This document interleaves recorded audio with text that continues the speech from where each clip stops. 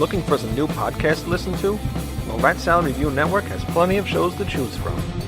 Like Rat Salad Review, where they discuss the latest rock and metal news, as well as interviews and albums.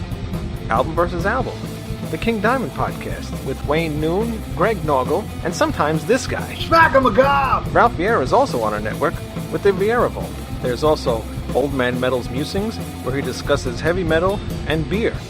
Music is Life with Lou Mavs. The Right Opinion for those who love politics. A South Park podcast called Suck My Balls. The Infinite Fringe, a watch-along wrestling show called Beyond Bushido. Ex-Stradivarius guitarist, the Timo Tolkki podcast. And the Great Harry Barnett with I Don't Even Like Podcast and the Laughcast. So check out ratsaladreview.com or search Rat Salad Review on YouTube, Podbean, iTunes, Spotify, Stitcher, and more.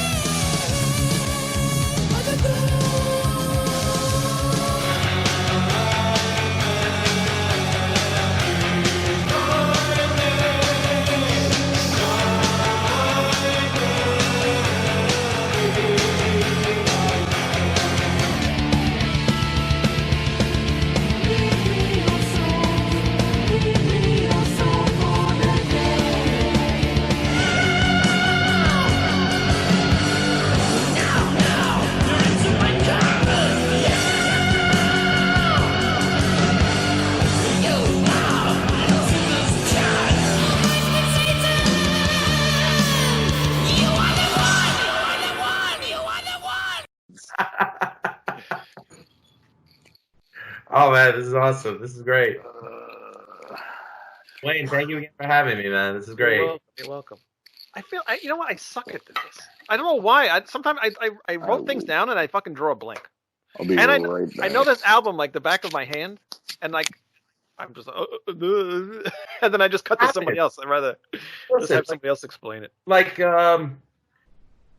what's an album that I love? Like, okay, like I can explain to you why I love Fair Warning, but like I can't explain why I love Diary of a Madman. It's just I don't know what to say about it except it's, you know, I get choked up. See, I'm stuttering right now. I get choked up thinking about it. That's what happens when you got an album that you really like. It's hard to describe every song because you like all of them. But like, when we get to later ones, there's songs that I hate, so that'll be a lot easier. See, I'm glad that you didn't ask me to do Melissa, because that album is fucking beyond super important for me. Yeah. You know, and it's funny because, like, I remember I first heard King Diamond. I was 7. My brother brought home Them on cassette, and what's the first song I heard? Welcome Home. Right. Scared shitless, and I loved it.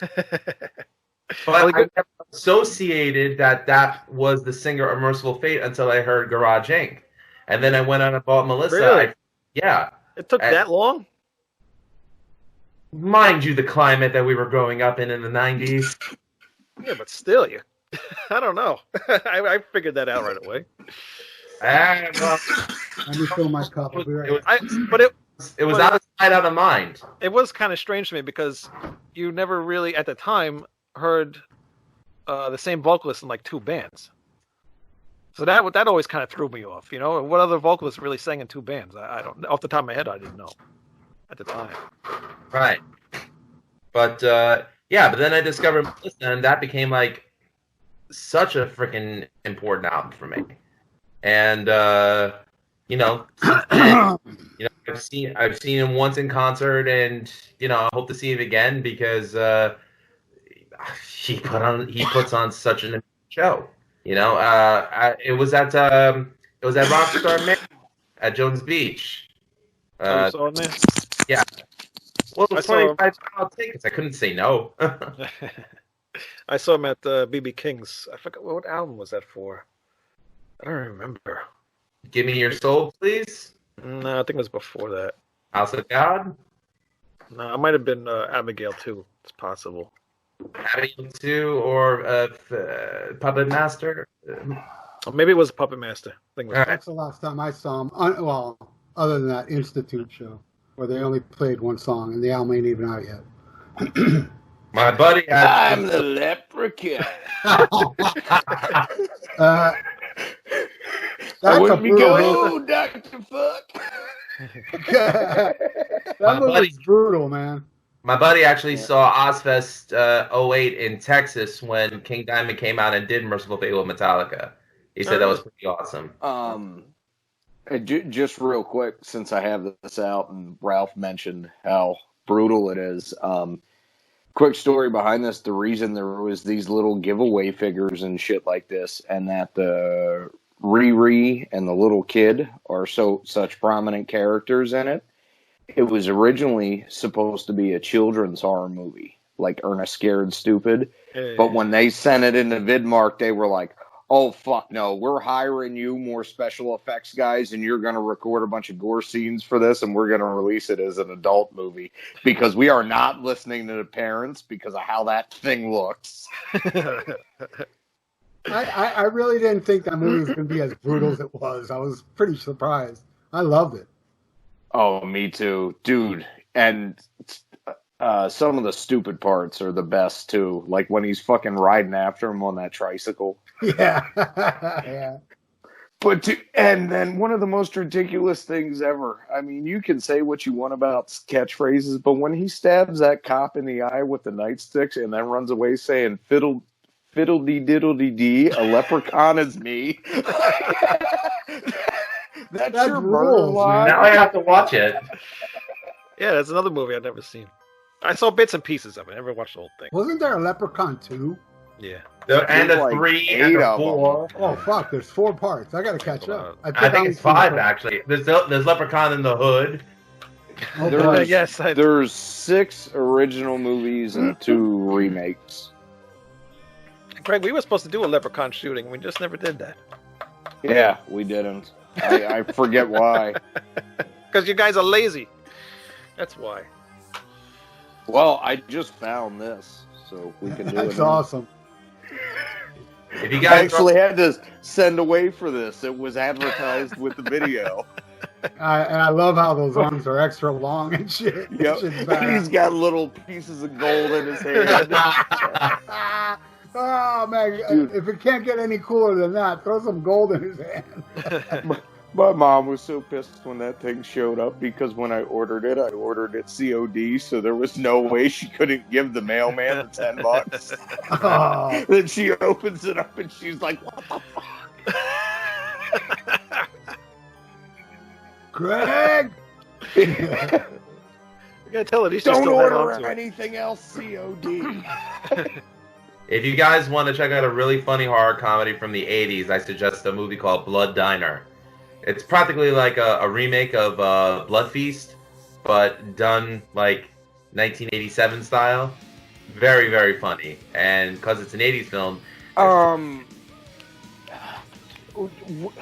Shit. Yes. Who's the lead chick in that?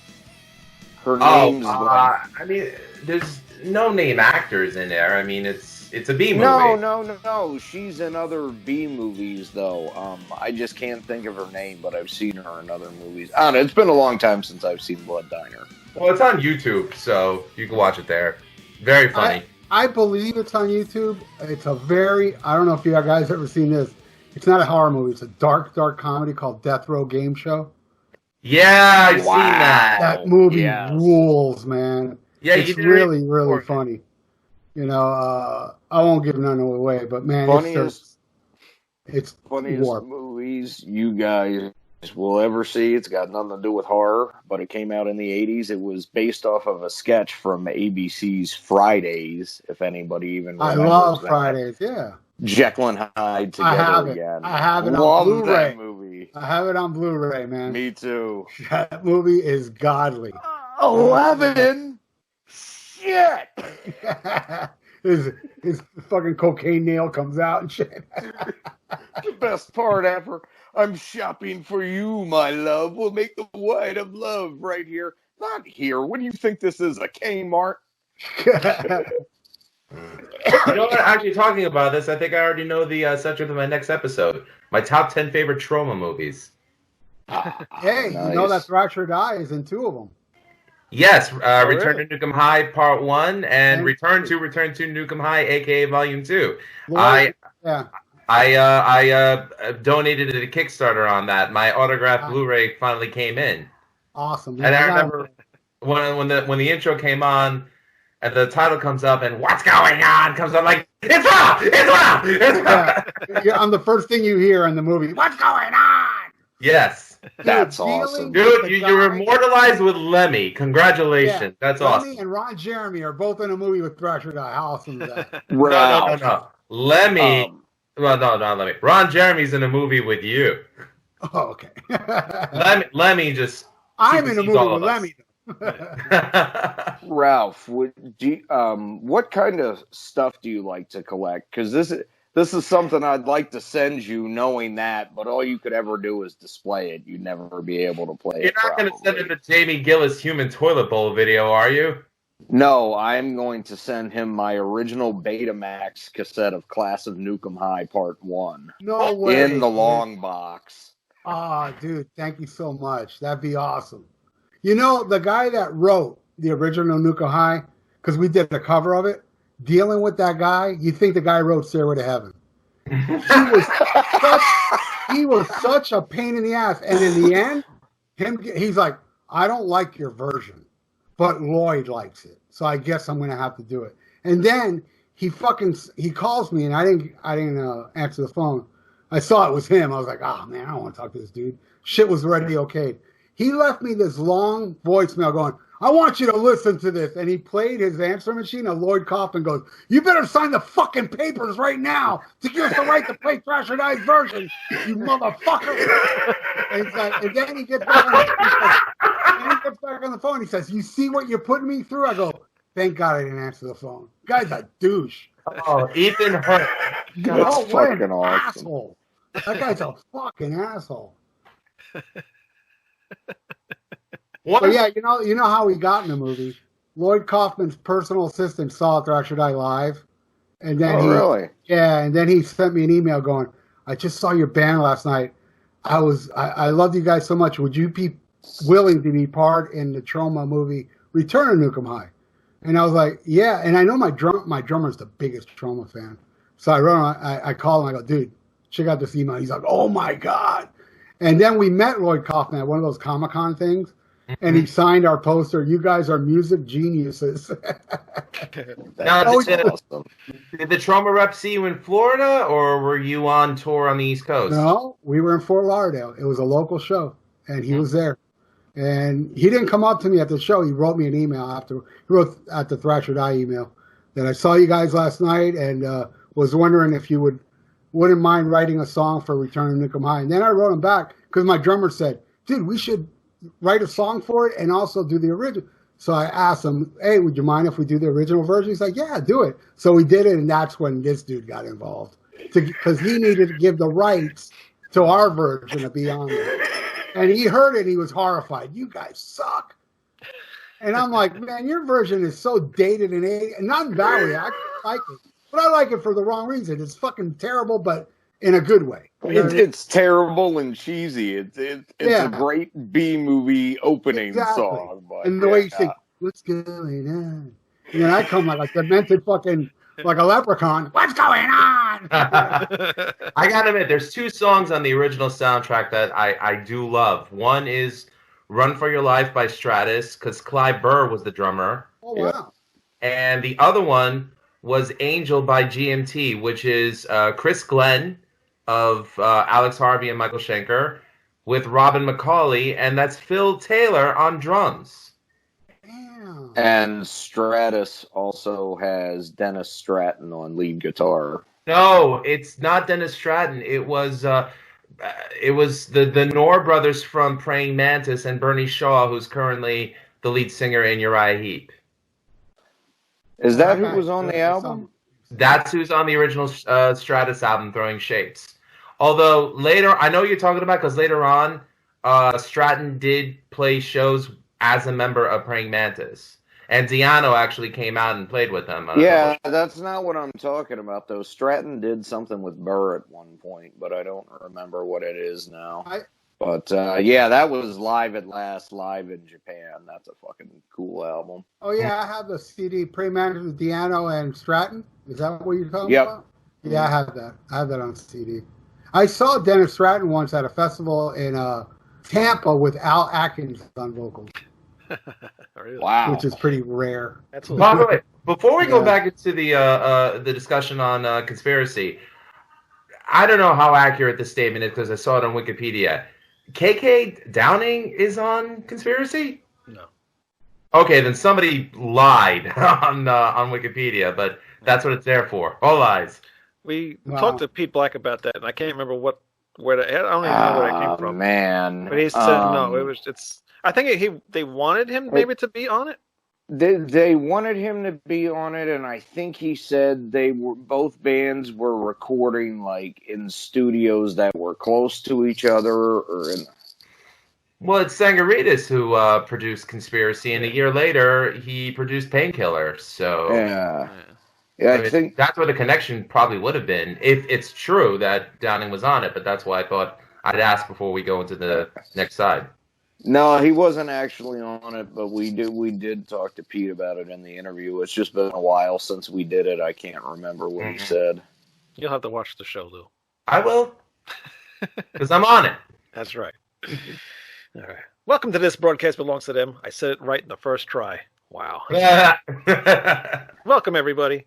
How's everybody doing today? Great? Good. Great. All right. We are now on to side 2. Great. Get a close up of that hand. Get a close up of the hand. Yeah, the pimp hands. He's got gold in the hands. That's his And the leprechaun. Sorry. No, dude. All right. Side 2 starts off with the wedding dream. King's mother enters his dream, and she's in a wedding dress. The doctor intends to marry Mother, but King has to stop it because the doctor is the enemy. In his hands, he's got the key to the house. The doctor is the devil. At sunrise, King wakes up in a sweat and doesn't understand what any of that means. I like this song. It's a good beginning to side 2. I don't know, I don't got much to say about this one, but it's cool. It's got, good chorus, good verses, good guitar work, like every song in this fucking album, so... Who wants to go next? I'm going to let somebody pick. Go. Greg! Somebody else should go first, because I don't really remember the song off the top of my head. What's your favorite line off of this, Ralph? Is there a line? Let me think. I'm trying to think. I don't think there is one. Yeah, I can't think of if there was a line in this one. I do love the part where it goes. My favorite part is like in the middle where that now everything turns to darkness. That riffage going on during it, it's just fucking amazing. I love the song. I love how the beginning blends "Here Comes the Bride" to like this morbid feel, and I think it's a kick-ass song. I think the second part is even better than the first part, and I love the first part. It does change. It's almost like two different songs in one. But both parts are great, but I like the second part more. That's what I think. Now I remember this song a bit more. That's what I couldn't remember, if there was an intro and then a song. But no, it is the same song. It's just different. Yeah, that is cool how they do that, though. Yeah, it starts with the wedding organ type beginning. Yeah, the wedding march. Yeah. It starts off with. Yeah. It's a dream that he's having of his mom marrying Dr. Landau, right? Yep. Yeah. Did you just not listen to me? I just run over the song. Which always frustrated me listening to this song when I was younger because, King is such a great storyteller and such a great lyricist. He describes this dream in detail, but his character can't figure out what the dream means, really. Your mother's marrying your psychiatrist in your dream, bud. Come on now. That's And you hate his breath. Yeah. Not one, not two, but the whole 6-pack. Now you hate your mom's breath because they tongue each other. I used to not like the song because I used to hate that wedding intro. And I hated how they went from the wedding intro, then it went to the heavy part, and then went back to the wedding intro. And I used to hate that. Now it's grown on me. No, I love it. It's just so demented. I like it now. Lou, I didn't get to you yet. Go ahead. Two things. One, the first 8 seconds, the wedding march reminds me of my wedding day. Oh. Secondly, I hope it was better. my wife should have come out to that. Would have been perfect. Yeah, right. In the church setting, that'd be great. 2, when I think of Dr. Landau, I can't help but think he looks like Squiggy from Laverne and Shirley.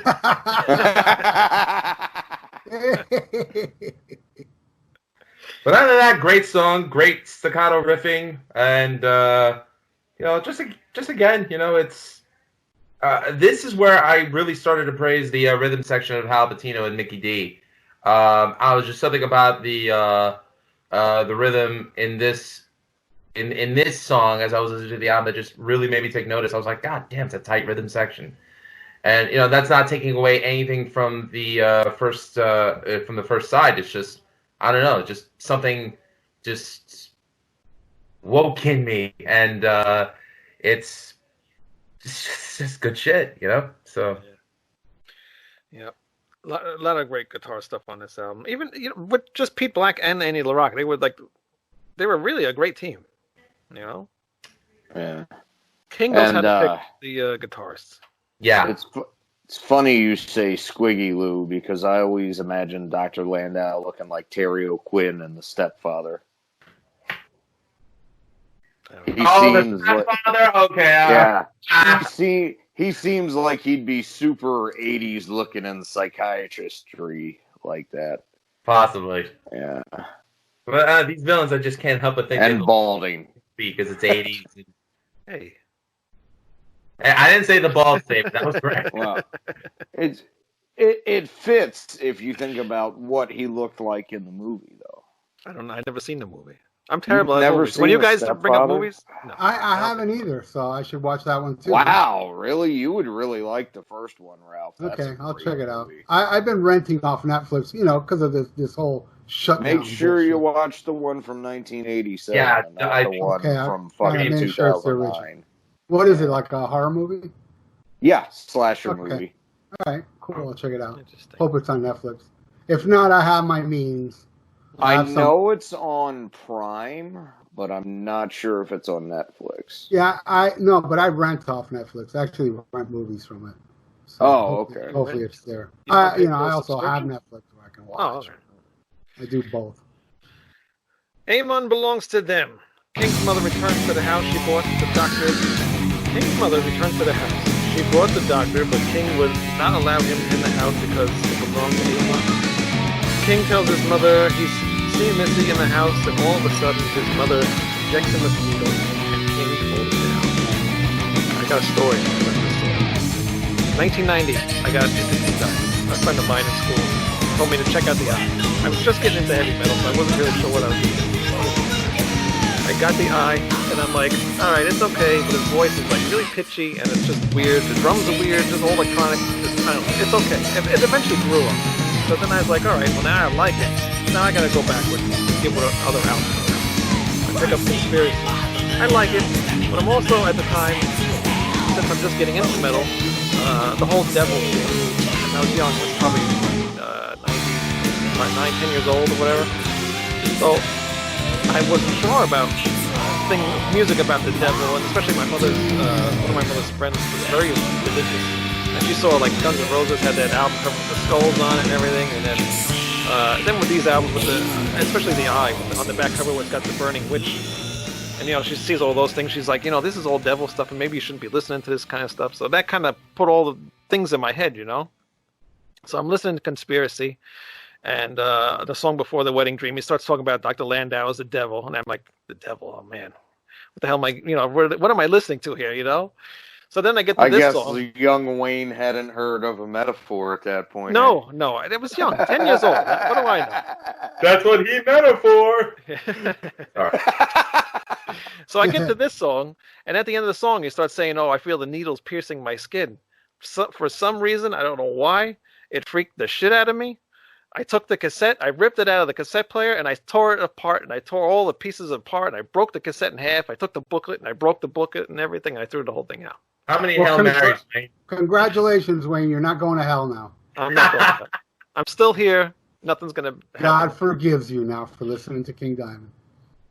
But the only thing the one thing I did keep, though, even though I ripped the whole thing apart, I made sure I kept the artwork, that picture with the at the graves thing, or whatever, because I thought that was cool. I said if I had to keep anything, I have to keep that. But, so am I on like the E train to hell then? Because when I heard Hell Awaits, I went out and bought another Slayer album right after that. I definitely didn't destroy the tape. Change the subject for 1 second, Greg. You just brought up Hell Awaits. You know how I ended up buying Hell Awaits? I was living in California at the time, and I'm in a bus going to a record store, wondering what do I want to buy, and we stopped at a bus stop, and in the park bench somebody carved Slayer, Hell Awaits. I was like, that's a sign. I'm gonna buy that, and I ended up buying it. That's awesome. Yeah, what a great album. What can I say? I was young. I'm not as fortunate as you. Like you, Ralph. You bought the first EP because you like that album cover. You like that kind of stuff. Yeah, but I was too young. I was. I mean, I'm old as fuck, dude. When I bought that EP, I was like 16 already. Oh, so you had already been over that. I mean, dude. My brother owned Paranoid. He played Electric Funeral. We shared a bedroom. I'd run out of the room. If I keep hearing this song, I'm going to hell. Because it was even worse in the early 70s as far as Satanic Panic. Yeah. I mean, you talk about God-fearing in the 70s. The way I was raised, I was a little kid. It's just like, I was just so God-fearing. And I didn't even have that big of a religious family. My mom was very religious, but we never went to church. She has her own way of being religious. But yeah, I was very afraid of the unknown. And then, by the time, rebellion kicked in, all I wanted, now, when I read that Venom album, with, the priest drinking the vomit, I cannot leave this record store without this. I just wanted to find the most demented, evil shit ever, But when I was young, believe me, Wayne, I would have done the same thing with that cassette. All right, good. I don't feel so bad then. But I got it back after all these years. What, Lou? Oh, to piggyback on what you were saying, I mean, I guess you could say I grew up in similar circumstances. I mean, I went to Sunday school for 9 years. I taught Sunday school for 3 years. But thankfully, I had two older brothers who were able, to say, you know what, you could believe in God and still like the music that you like, and who gives a shit what other people say. Right. So, here I am, 39 years old. I still adhere to a lot of the Christian principles that I grew up, being raised with. I don't want to say indoctrinated with, because, I do believe in it, and it's how I live my life, and I only speak for myself. I don't speak for anybody else. But it doesn't take away my love for the music and appreciating it as an art form. And, listen, if it wasn't for my brothers, I wouldn't have discovered all the bands that I idolize. I mean, Ralph, like you, Sabbath is my favorite band of all time too. There's also Priest, there's also there's Metallica, there's Kiss. We're really into the black metal thing, although funny story behind that. I don't want to deviate from conspiracy because I want to talk about the song. But I didn't discover black metal until I was 15 years old. I was on vacation in Greece with my family, and I picked up one issue of Terrorizer and another issue of Metal Hammer. Now, these magazines hadn't made their way to the States yet. I know Metal Hammer eventually did. Terrorizer never did. And there's pictures of black metal bands in there, dudes in corpse paint making faces like this at the camera. I'm like, what the fuck is this? And it's saying bands like Cradle of Filth and Dimmu Borgir, and I'm like, I need to listen to this. It looks so ridiculous, but I need to listen to it. And then 2 years later, working at the college radio station, Nuclear Blast and Necropolis Records, and who was Cradle of Filth signed to at the time? It wasn't Music for Nations, it was Mayhem. So they started sending me all this stuff, and I'm just like, I like it, So, it's fine to listen to the music and, not worry about, what the big band upstairs says. It's how you treat people that matters, not what you listen to. I'm not the most religious guy, but I have read the Bible, and there is a very to be a true, I think, Catholic or Christian, whatever, you can't judge anybody. Right. Yeah. You know, that's so when you see a religious person judging somebody, you're going against God's law. So you know. No, I have a very live and let live attitude, man. Yeah, you have to live. You know, that's the best thing the Bible says. Don't judge anybody. You know. Yeah. Only God can judge. So don't judge me when I say this. Aman Belongs to Them is my favorite song on the album. Oh, but I don't mind going to hell. I'm going to judge you. Yeah. Well, wait, we kind of named the show after the song, so it's okay. Right. Didn't think of that, but then again, I'm very slow. Yeah. So musically, the song just reminds me of why I love King Diamond, both solo and with Merciful Fate, because he doesn't write conventional music, and I like that lack of convention. There's a lot to take in my opinion, a song like this succeeds where a lot of prog bands miss the mark. You know, because King doesn't sacrifice songwriting and storytelling, which I think is very important, especially in a genre like metal. Tempo changes, you know, no match for the sheer brilliance of the song. It's tight, and if anything, the chorus just brings it all in because it's so damn catchy. And keyboards add to it. So take that, Eddie Trunk. Fuck you. Anyway. Ralph. My favorite line when he says, "You see, Amon belongs to them." The way he says "them," it's so fucking cool. You know, and you know, it's not all over the place like Lies, but it still has a little, you know, little disjointedness to it. Yeah, but it's not overkill. No. You know, like Lies. You know, I dig the song. I love also how it ends with, you know, "Oh, I feel the needles and pins. I'm falling down." That ending is so cool. I dig the song. It's awesome. I love it. Yeah. Greg. Great song. All right, next. A lot of I really like the time changes and shit in this one, and how it jumps between the different parts of the song. Mm-hmm. Oh, that was something else I wanted to say too before. Yeah. After I broke the tape and everything, and then I finally got over all that bullshit, I started watching King Diamond videos. And actually, King Diamond was on Headbangers Ball not too much longer after I started getting into him. I think it was around the same time Merciful Fate got back together. Yeah, in the Shadows interview. That's the only time he was on there. Yep. So then I saw the interview, and I'm like, you know what? This guy's pretty cool. And that's what got me back into it again.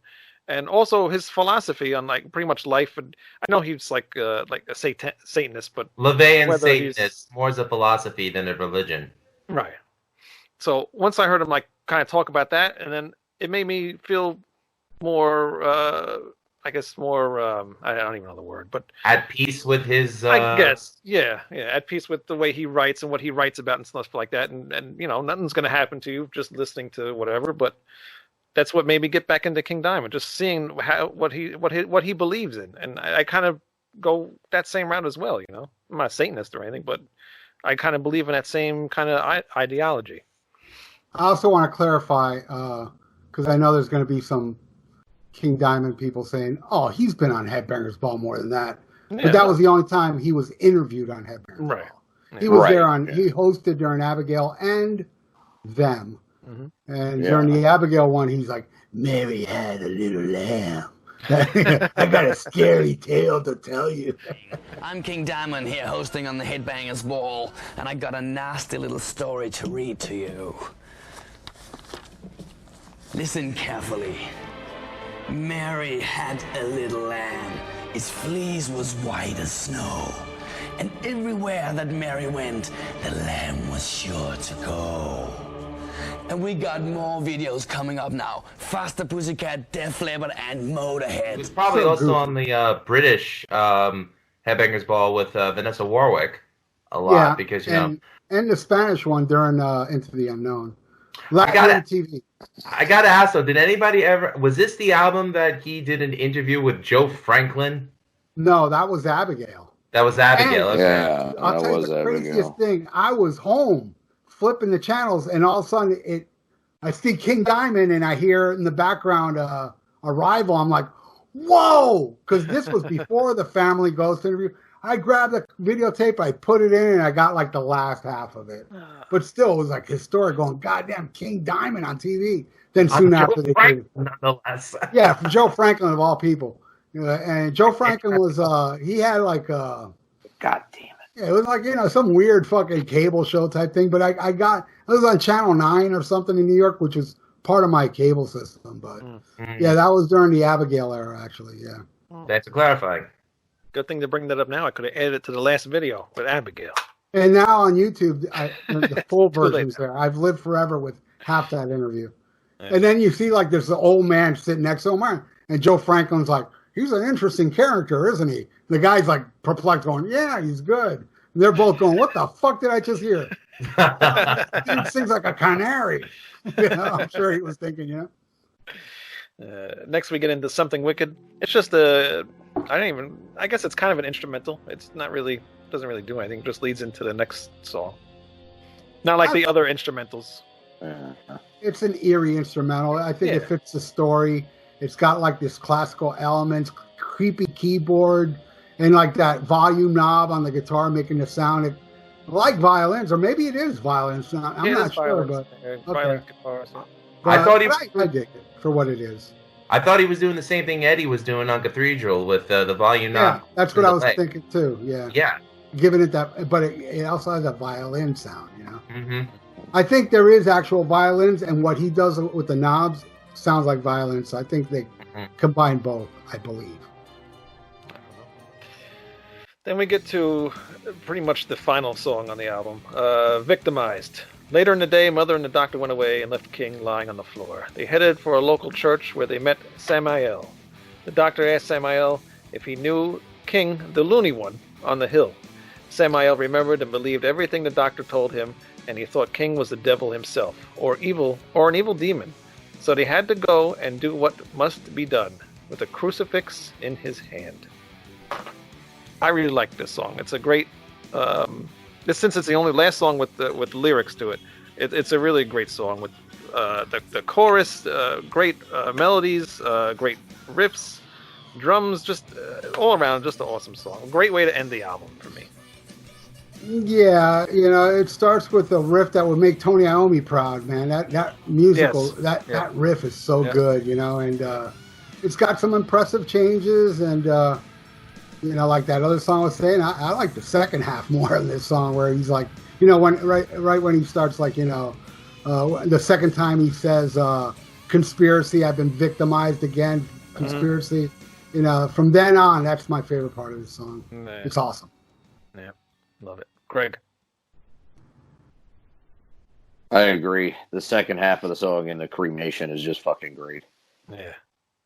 Lou? This is the first where, for me, the lyrics supersede the music in the song, where it's like, to me, it's like the music actually is the perfect backdrop to the lyrics, but the lyrics are what you need to be listening to more so than the music. But that's not to take away from the song in general. It's just, Victimizes probably the closest you get to a title track, Conspiracy. So, of course, that would make sense that the lyrics here are what make you...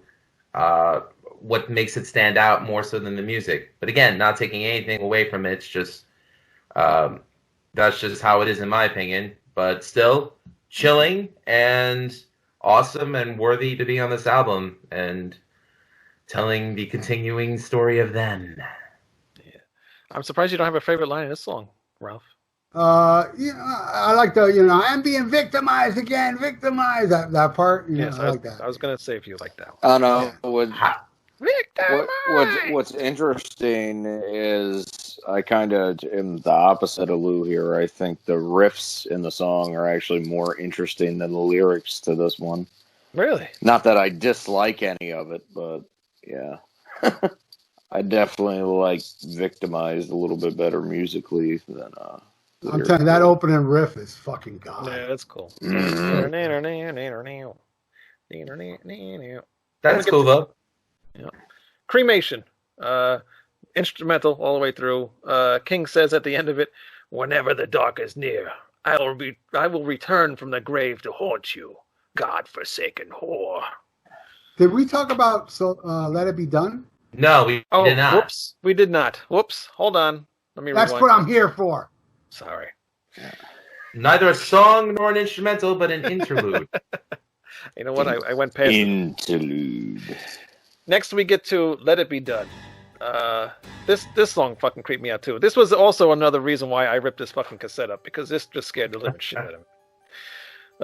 The priest and the doctor put King into a coffin and prepare to have him cremated. The priest suggests the doctor and his wife-to-be to set the coffin on fire. When the fucking the harpsichord thing was playing in the background, and then you hear that sound, I'm like, what the fuck? And I had headphones on, and I remember it so vividly. It just fucking creeped me out so much. But that's why I like King Diamond, because he can do that to you. It fucks you with your mind. Eat your heart out, Stephen King. Yeah. But it's it's a really cool little thing in between these songs. Ralph. I did mention this in the last episode, but I didn't go into it. How King Diamond almost got killed. Oh, yes. And it was during this song, because in this song, during the thing, they put him in a coffin and light the coffin on fire. So the guy that was in charge of that, for whatever reason, wasn't there, and they got somebody else. Mm-hmm. And when they put King in there, he could smell the gas, and he couldn't get out. Oh, wow. And he was freaking out, and he ended up, like, at the last minute, breaking out. He fucked up the show for everybody, going, what the hell? What the hell is that about? But, they're supposed to burn him alive, then it opens, and there's a skeleton in there. Yeah. But, yeah, that was, he came close to death on that. Because they were about to torch it, and he couldn't get out of the box. His little magic trick. And, but anyway, as far as this song, I love it. I love, so into the coffin, use the torch, and, or what did it put the remains into? His sister's grave, Yeah. It's so fucking cool. So I love that little spoken word with the creepy music to go along with it. It's very short, but very effective, I think. It's so sinister sounding, the whole thing. Yeah. Oh, and then at the end, when it gets quiet, and then it goes, got that, like... Yeah. It's kind of like that phone call thing, that little effect, like, bang! Yeah.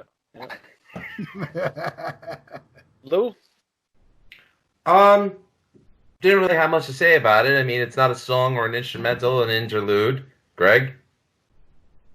I just said what I had to say. Oh, no, because you said interlude when I said that, and I thought that was a nice touch. Oh. Okay. Anyways, moving along. Creepy as fitting for... God damn it, I quit. Creepy as fitting for King Diamond, where his death and disposal of his remains come to light. Next song. Cremation. Basically just a another instrumental. It's kind of weird this album ends kind of like with three... Oh no, the instrumental was before. Never mind, forget what I just said. Let me redo that over. What? Go ahead. Or were you going to sneeze? Bless you. No, I wasn't going to sneeze. I was going to say not so much that there's... well, I forget what you... Anyway, he really gives the band a bigger chance to shine on this. I feel like there's longer instrumental passages than there were on a previous solo record. I was trying to look up something because I was reading something early, and I wish I would have saved it. Where King Diamond actually got that coffin trick from. He bought it from somebody. That whole trick. Don't be too impressed about that. I was thinking of something else, but it had nothing to do with King Diamond. It was Gene Simmons' mentor, but Amazo the Magician, in case you were curious. Guy taught him how to fire breathe. Yeah. I mean, how do you buy a trick from someone? I mean, it's not like they own a patent on the trick, do they? You can't do that. No, I think he means like he bought the false bottom coffin from him. All right. Yeah. I wish I would have. Because like a lot of illusionists that are real famous or popular in that field actually make that shit for other people. Right. All right. Cremation. Just another instrumental. And at the end, King says, "Whenever the dark is near, I'll return from the grave to haunt you, God-forsaken whore." I don't know that I would... Could you do that better? Can you say God-forsaken whore better than I can? God-forsaken whore! Ooh, better. That's my version. I can't do it like it. That's good. What were we saying, Greg? Well, first of all, Horse, he's got the gold. Let's get him. What do you think of cremation? I was gonna say just another instrumental. That almost sounds like No, it's a great brushing it instrumental. off. I think, no, not brushing it off dude, at all. This is some of the best guitar interplay between Andy and Pete on the whole record, man. They really shine on this, and this was actually probably my favorite moment to watch on the bootleg live video I have. It's so fucking intense with the two of them playing together while the coffin's burning. And That's cool. No, I like this song a lot. I like this instrument. I think it's very great repetitive, ending for the album, especially. Yeah, it's a great ending for the album, and also too, I would imagine, because I never saw it live, never saw him do it live, so I would imagine it would be better seeing it live. Oh yeah, because it fits the whole thing. I love it. I love how the guitar down the thing, but they also throw in the boom, boom. They give it that more epic feel to it, and it also has like this twisted keyboard woven through it, through the metal. Yeah. And I love then just the way it ends with that open note and the line. Where the dark is near. It's just so fucking awesome. Yeah. And then like even after that, it comes back like it comes back. It's fucking badass. I love it. It's a great. What's the word? Crescendo? Is that the word I'm looking for the album? Go for that. Yeah, I love it. I think it's crescendo. Yeah, it's great crescendo to the album. Love it. Lou. Personally, like the instrumental a lot, and one thing I think we failed to mention, I don't know if this is going to be mentioned after the album, but I have to give all the credit in the world to Chris Tsangaridis, who did a great job producing it to make it sound the way that it did. And of course, the following year, Painkiller from Priest came out, which again, I think shows why he was the in-demand producer at the time. As far as Cremation is concerned, it's the perfect final nail in the coffin, no pun intended, for the album, and closing that chapter of them. So, what happens next? We don't know. I don't know. Do you think there could be a part 3? Anybody? Well, they kill him. Well, they kill him, but Grandma came back, Missy came back. He can come I think it would have to be done in such a way where the house is being transferred to possibly a distant relative or something like that, and then they move in, and possibly King shows up first, but then them comes back. Maybe you could have it be... Yeah, I think that's how it worked the best. I mean, that's kind of basic as far as horror plots go. But it'd be awesome if they do that, but they add the leprechaun.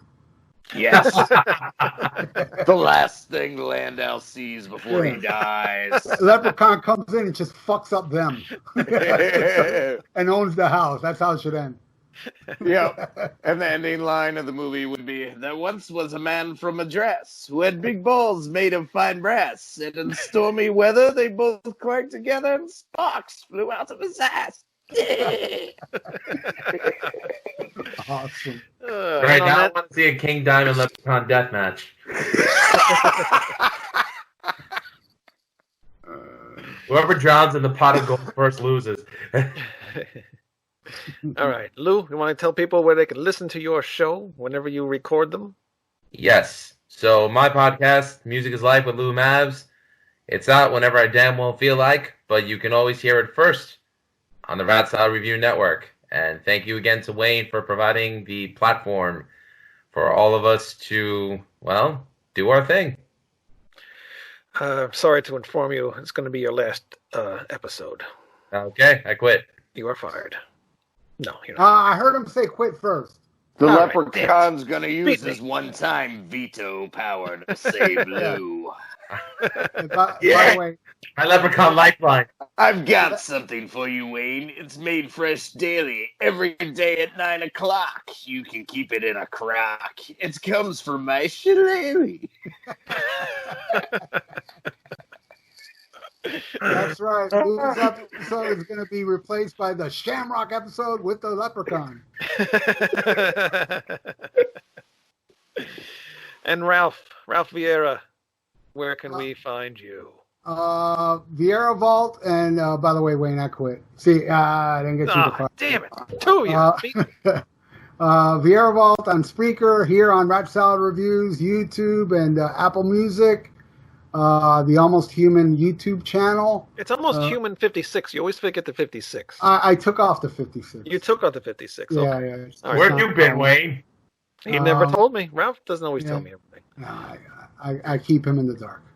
And like a rainbow. The Dr. Fuck show on that metal station, 8 p.m. every Thursday night, and my bands, Thrash or Die, Combat, Nutritional Yeast Infection coming soon, and Old Leather. Old Leather is a really great project that was recorded. There was so many glitches with the recording, it couldn't get mixed. Well, I just got all the tracks together again. All I got to do is record my vocals, and it will be released that'll probably be the next thing that'll be released. Called Old Leather, and there's a song on there called Heavy Metal Suicide that if it ever becomes popular, I'm definitely going to jail. Because it's a pro-suicide song. Listen to heavy metal and kill yourself. And I have little news, little voices of the 80s news, like Ozzy Osbourne caused the death, Judas Priest. It's such an awesome, catchy song that if I ever go to jail, I know it was a success. I just want to meet the lawyer that says Ozzy said on Suicide Solution, get the gun, Yeah, shoot. That's in there. Slap him. That's in there too. I added that in the song during the solo here. Get the gun, shoot. It's like, take your life, heavy metal, suicide, do it now. I forgot how it went, but it's, you know how all these songs in the 80s is like, oh, this song encourages to kill yourself. This song is blatantly telling you, kill yourself, grab the gun, shoot your fucking, and listen to some Ozzy, listen to some Priest, put a bullet in your head, because there's no better way to kill yourself than with heavy metal. Well, if anyone's dumb enough to do that, then natural selection is taking its course. That's right. Let's hope I get some dummies out there so I can get successful. Great success. Can't wait. Well, go check out everybody's shows, our show, ratsaladreview.com, and stay tuned for our interview with Snowy Shore. All right. And immediately following that, Jesse the Body Ventura and Leprechaun grudge match. Let me tell you something, What McMahon. do you do, brother, when these 24-inch pythons come I thought that was. you? I don't think It that's is Hulk Jesse Ventura. Hogan, but I don't have. I don't know what you're talking about, McMahon. He didn't take nothing out of his shorts and hit him with anything. You're blind. I thought that was Dr. D. David Schultz about to slap the leprechaun. You know what I have? You know what I have? I wish I can bring out. I can't see it now. I have a Roddy Piper thumb wrestler. I have it somewhere here. I admit I freaked out when I first heard Fatal Fury, and right in the breakdown, just when you thought you had the answers, I changed the questions. Yeah. A lot of people come up to me and go, dude, that's the best line ever. I was like, I ripped that off of Roddy Piper, you know. A lot of people don't know. Then there's people like, you ripped off Roddy Piper. I go, I know, it's on purpose. I love Roddy Piper. Homage.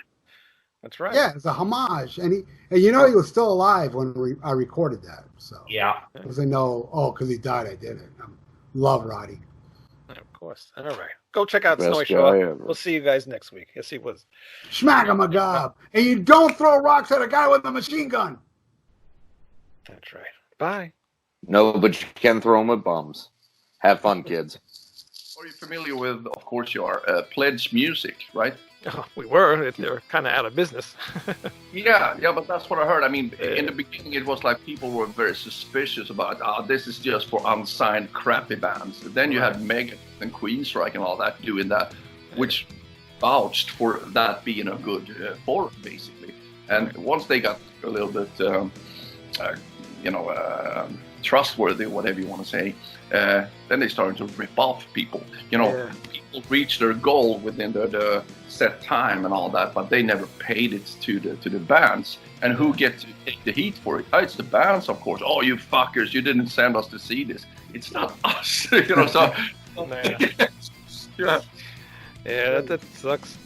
Actually, Sean Peck, he with his Three Tremors thing, he actually didn't get any money from Pledge Music, and he sent all this stuff out. So how did you finance this then? I don't think he cared. Yeah. I'm gonna show him that. No. But yeah, he sent it out. A lot of bands didn't, but I don't know. Yeah, It's but tough. you apply for that or do that kind of pledge campaign to begin with to finance the pressing of the CDs or LPs or whatever it might be. So how can they send it out if they rip them off? I mean, so, Maybe he had it all planned out to begin with. Need that kind of backup to begin with. So otherwise he wouldn't have to do it. Go through the whole pledge campaign, I suppose. But, Yeah, I don't know. Yeah, I don't know either. But he did it, so he's one of the few bands that did. Good for him. Yeah. How do you like working with him? Yeah, I only met him a couple of times. We hung out and had some beers and stuff. No, but I met him when he was with Death Dealer, right? That is Ross the Boss sort of like side thing. And but when we've been doing this Denner Sherman albums, I mean, I'm doing my drums in Sweden, and they are in Denmark, and he's in where does he live? California. Yeah, he lives in California. Where, San Diego, right? Yeah. Something like that. Yeah, so it's not like we're getting together and walk out. It doesn't quite work like that anymore, Yeah. Did the rest of the guys do that too? They all recorded their stuff where they were? Yeah, but I remember I was in the studio here in Gothenburg, and Mickey D called me, and he said, hey, what's up? Yeah, I'm in the studio doing drums for Dennis Sherman. Okay, so you're in Denmark? No. No, I'm just home, so I haven't even met the guys. So that's how it works. I was doing an interview with what is her name? American lady anyway, and she was like, "Wow, wasn't it cool to get together with the old guys and talk memories and old memories and stuff?" Doesn't quite work like that anymore. I don't. Do you miss that kind of like working together thing? Not necessarily. I mean, this is very convenient to work like that. I've been doing albums with people that I never met, like Ralph Schaefer, the singer and stuff. Mm-hmm. I did play drums on his solo album, but this day I never met him. So wow. Yeah. Wow, that's weird. So weird. Kind of ruins the illusion for people. They think, wow, the cool guys getting together in a room. It's also fancy and stuff. But I mean, and they record it all at the same time. Yeah, maybe in the 1940s. I don't know. But that's not how it works anymore. Yeah, not at all. Well, what are you going to do, right? All right. Yeah, but I've been doing that too, of course, occasionally. But for the most part, I mean, people send you stuff and you do it on your own. Yeah. You got your own home studio and everything there, or? Yeah, I got my own home studio, but sometimes I go to, if they, and do the drums in another studio, or I've been doing bass with Studio Fredman, for example, if they prefer to have to work, and he's going to do the mix and all, and I go in there and doing the bass and stuff. So it all kinds of, it varies between the projects, I suppose. Yes. Yeah, all right, very cool. Yeah. All right, well, let's get the King Diamond stuff started. Welcome to Rat Cell Review. Today we have Snowy Shore. Guest. What's up, Snowy? I never do that though. Yeah, I don't like doing that either. Yeah. Hello there. Yeah. All right.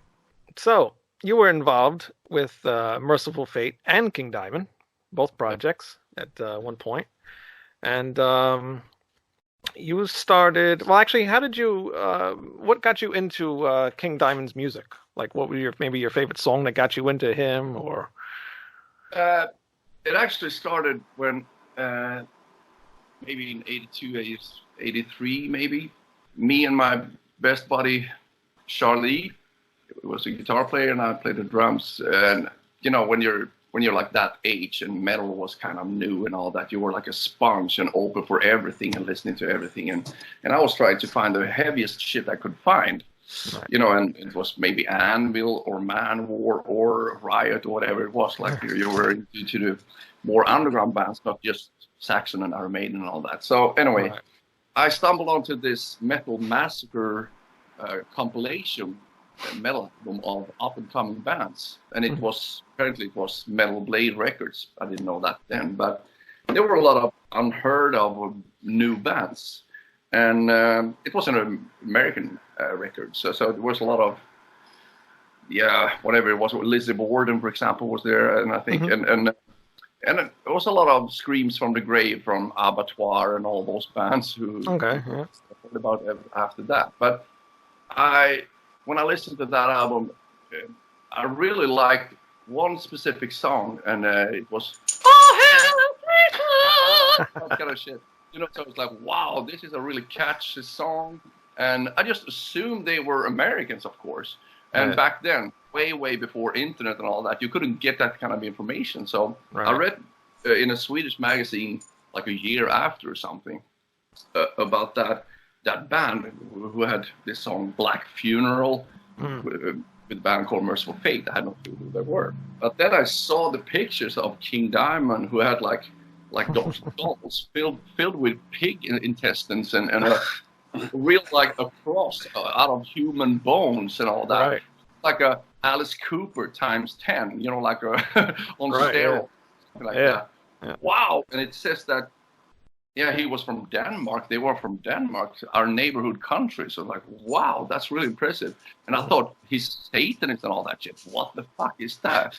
and that's to scare you. But when you're a kid, you know, just like you want to go to watch horror movies and all that kind of shit. It's like, it's supposed to scare you, but it actually triggers you. Wow, I gotta have that. so I ran out and bought Melissa album, and listened to all those songs, Evil and Satan's Fall and Black Funeral, of course. And I was like, oh, it was so progressive and so many time changes and all that. I was really impressed by that band. And this was in '83 then.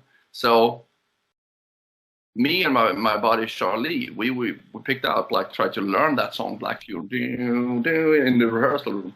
And fast forward like 10 years, then I brought him into King Diamond, Charlie, because it's bass and all that.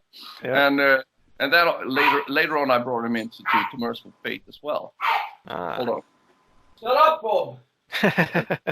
You can be on the show too if you want to. But anyway, so it's like, wow, here we are now with the original band. I remember this was in Harple's Detroit or something. It never crossed my mind before that, but I was on stage, and there you have Hank on your left and Michael Denner on your right, and Charlie was right in front of me, as was King Diamond. And he was like introducing the next song, Black Funeral. I was like, wow, imagine that. 10 years later, I could never imagine that would have happened. Just from the suburbs of Gothenburg, we were, you know, playing that song. And next 10 years later, we're the original band on this reunion tour in America and stuff. So that was kind of cool. You know? So that's got into King Diamond.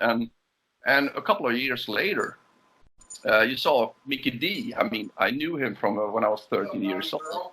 He's 5 years older than me, and he was like playing with some local pop band stuff. And he was like amazing. Had this Peter Criss kind of big Pearl drum kit, chrome, and that. You know, I was like, wow. And I was really impressed by him. And then he joined King Diamond. And, you know, when Merciful Fate broke up.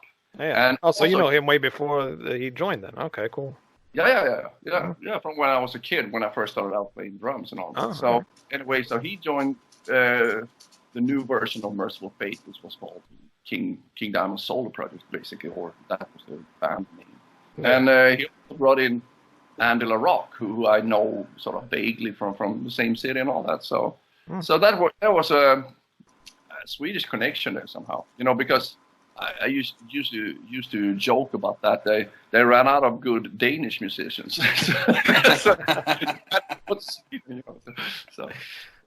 So that's funny. You were like connected even from when you were younger, pretty much, you know, because you were. Man, that's weird. Yeah, but it's kind of fun. I mean, if I look back at my life, I've been writing this autobiography for a long time now, and that I intend to publish like at the end of the year, and going through, you know, all, you know, your whole life basically, and see how things, you know, you never know what's going to come behind the next corner, because I mean, if you follow your heart and try to stay true to yourself and all that. You never know what's going to happen. You actually meet those people that you kind of admire from a distance or something like that, and you become friends with them, and you end up playing with Messiah. I loved Candlemass, for example. They were opening up King Diamond, so everything connects. Like, I'm a really good friend with Ross the Boss now. I was like a diehard Manowar fan when I was in and stuff. So it's like, wow, everything connects somehow, you know. Yeah, we were supposed, our paths were supposed to connect to cross, I suppose. You know? Yeah. Nice. You never know what's going to happen in the future. No, you don't. That's true. A small world, so. Yeah, it is. Actually, I mean, the metal community, as I get older and stuff, you see that it's actually a very small world. I put out this song from my new album. It's called My Religion. I sold my soul to rock and roll. And it sounds a little bit cliche and pathetic, of course, but the whole idea about that is that everybody that I know all over the planet, whether you're in San Francisco or in Sydney or whatever it is, we're all Kiss fans. You know, we all, what connects us is the metal music. So it's kind of like a small community after all, because I don't know how old you guys are, but you're not 20 at least. You know, so He's the youngest of the group. I'm 40. He's like 33 or something.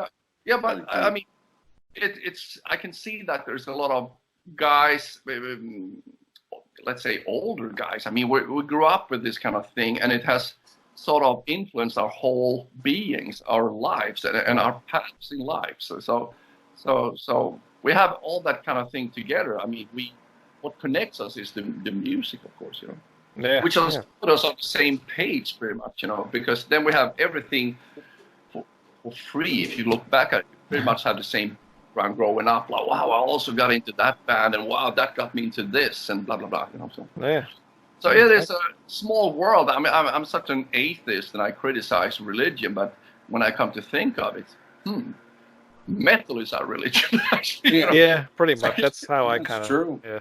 It sounds pathetic when I say it, but actually, it's true. Of course, It is true though. Yeah. 'Cause I do question religion myself, so you know. Yeah, that's the same thing to do, to question whatever it is. You know, like skeptical about everything, not just swallow what they tell you on Exactly. news. Yep. Yeah. Greg, you have anything for this point in time here? No, not really. Not yet? Pretty much asked what I was going to ask. So. Oh. Well, I don't want to take up all your questions. I was going to kind of ask them in order, but I don't want to, you know, not involve Greg here. Yeah, no, you can go in order. I was just going to ask about, you know, the conspiracy tour and all that. Oh, and then... well, yeah, you could do that because that's what we're going next. So. Okay. Go ahead. Well, so how'd you come into that, Snowy? Did you guys all know each other since you grew up together? Or? Yeah, I knew Mickey D from like I said, when I he was practicing with this band, this pop rock band in my school auditorium. He was the new drummer for that band, so I got to know him, and I was really starstruck or impressed because I had just started playing drums at that point, and he was 18 and I was 13, and he had been playing for 13 years. So it's like he was, of course, way ahead of me. You know, like, I was so impressed. So I helped him put up the drums and all that. I was like, oh my God, real drums. He's the guy that I knew the most, and Andy I knew just knew vaguely because he worked at a music store and all that. And later on, they took Pete Black, the guitar player, and he wanted me to. He had a good eye for me, not sexually, but but he wanted me to join his. He was also in a Danish band, incidentally, called Geisha and all that, and Mickey D was in that band, but then he joined blah blah blah blah. So it's a long story. It's a very incestuous world. Yeah. So anyway, Mickey D told me like in '88 that I remember like on Christmas Day we were hanging out in some bar or whatever. He was home from Los Angeles because the whole band moved to Los Angeles from Scandinavia in '87, I think. And I was like way up north and studying in Sweden. And I was back home for Christmas. And he was saying, I'm gonna quit I'm gonna quit King Diamond. I think you should take the job. But I was like so determined to make my own music and all that. So I was like, fuck that. I like King Diamond, but I wanted so much to make my own music that I pretty much turned that down. But I also thought we were kind of drunk and it was just the alcohol doing the talking. I figured, So I just brushed it off, basically. But he said you should be a good fit in King Diamond, and like Pete Black, the guitar player, had been keeping in contact with me, so he kept sending me postcards and all that because he wanted me to for his own band that he was planning on starting and shit. But anyway, he came back, he called me one day and said, are you home in Gothenburg now? Because I'm flying home tomorrow and I need to talk to you about something. So we got together and went for coffee at his place and stuff, and he went on, like nagging about they've been auditioned like over 40 drummers in Los Angeles. People from all over the world flew in, really, like professional, semi-professional guys from all over. And nobody could nail it. Nobody could replace Mickey D. So that is why they had, in the end, they had no choice but to, since he had quit, they had to find, they couldn't find a replacement or a good replacement. So they hired him like a session drummer for the album. That's why he's not with the picture or anything on that album, Conspiracy. Right. So, but anyway, but then Pete Black figured instead of keeping Snowy myself, I should let him get some routine and all that. And when he started nagging about the whole audition thing, I was like, okay, where is this leading? And I figured that. And then he popped the question, do you want to be King Diamond? Yeah, we can try it out. And he told me, like, learn these four songs until the day after tomorrow or something like that. Which I did, and he said, "Oh, it sounds good. Just play harder." He said, or something. He called King, but I figured that I cannot turn down this offer twice. It's meant to happen, because I had nothing else going for me. I was back home in Gothenburg, and I was trying to put my band together, but like in 88, 89, actually, everything was so fucking, like hair metal crap, and I fucking hated that. Which, I mean, it wasn't my at all, so. Oh, well, I mean, just look at Fate, where Hank went after. Yeah, but everything turned that way. I mean, I gotta say that I'm kind of like backwards or conservative in that way, because I mean, what happened, like when Van Halen put out Jump and MTV popped up, everything changed. You could see like all these old bands like Saxon and Celtic Frost or whatever it was. Everybody was okay. The record companies were telling the bands, okay, guys, you need to break America. That's where the big money is, the big dollars. So you have to bleach your hair or have leg warmers and look like David Roth. Otherwise, you. No, pretty much. Come on, hold on. Bob, stop it. There it is. Bob. Woo, woo. Bob. Yeah, but anyway, so where was I? But everything happened like that. So I figured to join King Diamond, I mean, that's the best thing I can do, and I would really love to do that. And so I got the job. We flew to Los Angeles, and they tried out like some other guy before me, but yeah. When I just played the first song, and after the second song, King turned around and said, "Yeah, that's the job," and they thumbs up pretty much. Oh, that's awesome. Yeah, so. Now, I know the live show. I used to have a tape of the Conspiracy tour, actually. I think live in Houston. That was pretty wild. Cool. I wish the video quality would have been better. But Yeah. I know the stage show is really structured. Did you get to bring any of your own like flair or ideas into that? Or was it pretty much as the album was played? What do you mean, as drumming wise? You mean what? Or for stage show? No, but drumming wise, I realized that if you join a band, and Mickey D was doing such a great job with the whole thing, but I took the basic structure and tried to emulate that, and to the best of my knowledge or skill or whatever. but then I added some stuff, and I took away some stuff that I thought, okay, that could be more tasteful, and if I do like that, it's more tasteful. So I tried that, and as long as they didn't complain about it, I'm just doing it, Yeah, but I had a lot of ambitions. The King would say, yeah, but maybe play it a little bit more straight instead of going bananas there. Yeah, because that video is actually some of my favorite versions of those songs played. I wish there was a live album from that tour. I really like how you do Sleepless Nights on that. That's probably one of the most powerful versions I've heard of that. Yeah, I don't remember. It's such a long time ago. I don't know. Well, yeah. Yeah, but I cannot remember. Come on. My video, I was doing that since I'm starting to do my solo thing. And the first show that I did for my solo thing was in 2011. And then I brought in Andy, and I brought Mike Weed and Hal Patino and stuff. And I had a girl bass player in the band. And just so she could do some of the female vocals that I had in Notre Dame, my old band, and also in Therion, also had female vocals. So I figured it would be a good combination if I had a female bass player who could handle some of the vocals. So for that song, she was like Queen Diamond and put on makeup and all that. So but there's a drum cam out there on YouTube that I posted, and like I said to the audience, I haven't played this song in 20 years, so I just play it by muscle memory, whatever. I don't remember it, but I know the basic structure of the song, and then I just fiddle around and improvise. That's the way I want to keep it, because otherwise, I mean, playing drums for me, if you're gonna do it or the same every night, it's like, how fun is that? Right. I want to improvise, Yeah.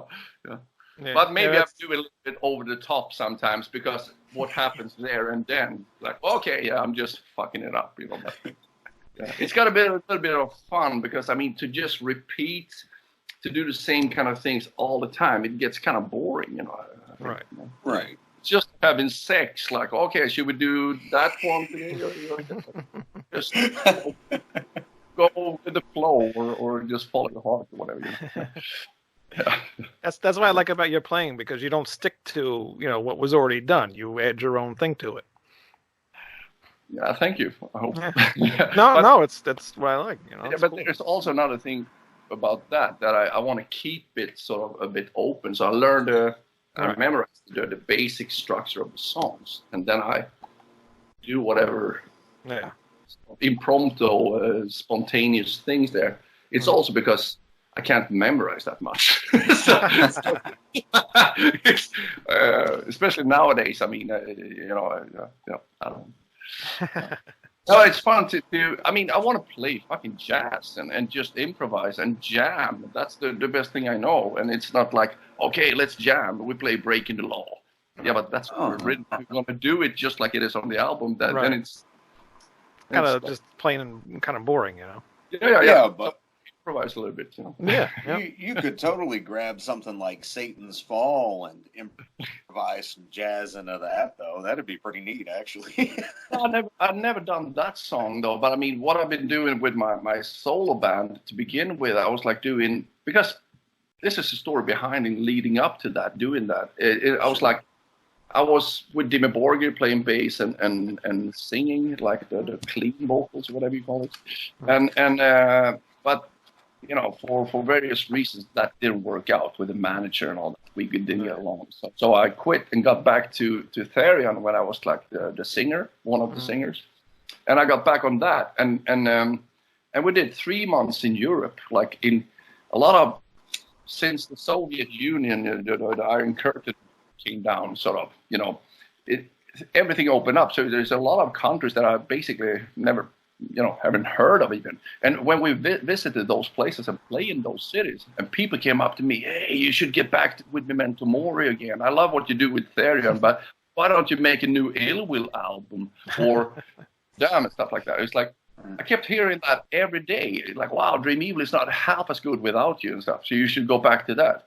And I was like, first of all, I'm not so interested in going backwards in life. I want to take on new challenges and move forward. Right. But at the same time, if I've been with like 10, 15 bands or something, I mean, I could possibly do that and try to please all of you at the same time. But then I figured, what if since there's a chain here, maybe I could do it all, and I play all my favorite songs with all my former bands, And I bring in guest stars like Michael Danner and Alpha T, or from all those bands. That could be a really cool show. If I want to go, I ask myself. I try to do that whenever I do a new project. Like, would I like to see this? Would I like to buy that T-shirt that I designed? Of course, yeah. That's sort of the key word. I try to do something that I would like to see or listen to, or whatever, Yeah, So put together that show, and that's why I play a lot of those old songs that I've been doing on tour, or I've been doing on an album, or both ways, And but I never played Satan's Fall. That would be I've done Evil, and I do Evil and Black Funeral. Black Funeral is sort of sacred to me from.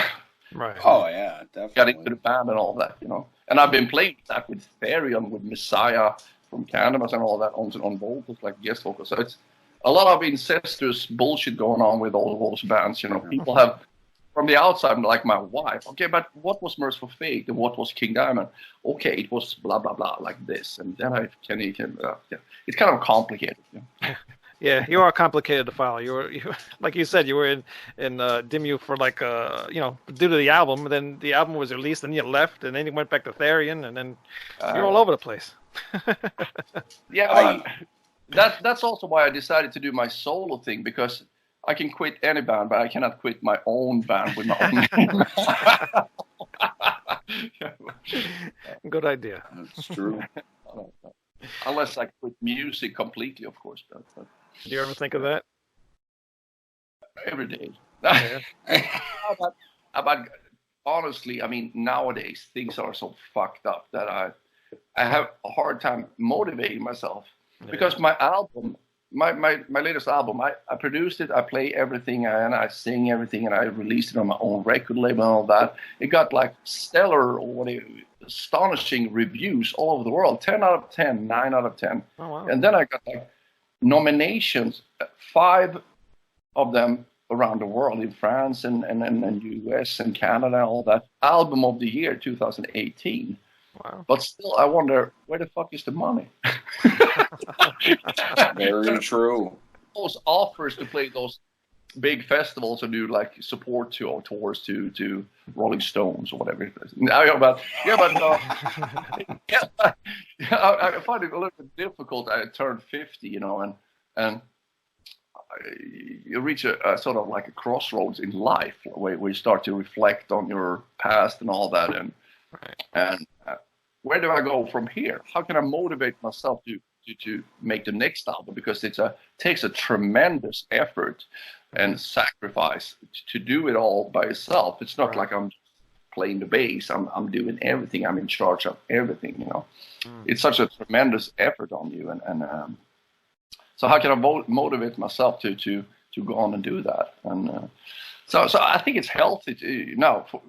At this moment, I haven't touched an instrument for maybe 8 months or something. Oh, wow. Yeah. Jeez. Or been singing or doing anything, so I'm taking a little bit of time out, I guess, so. What would you, if you didn't do music, what would you do?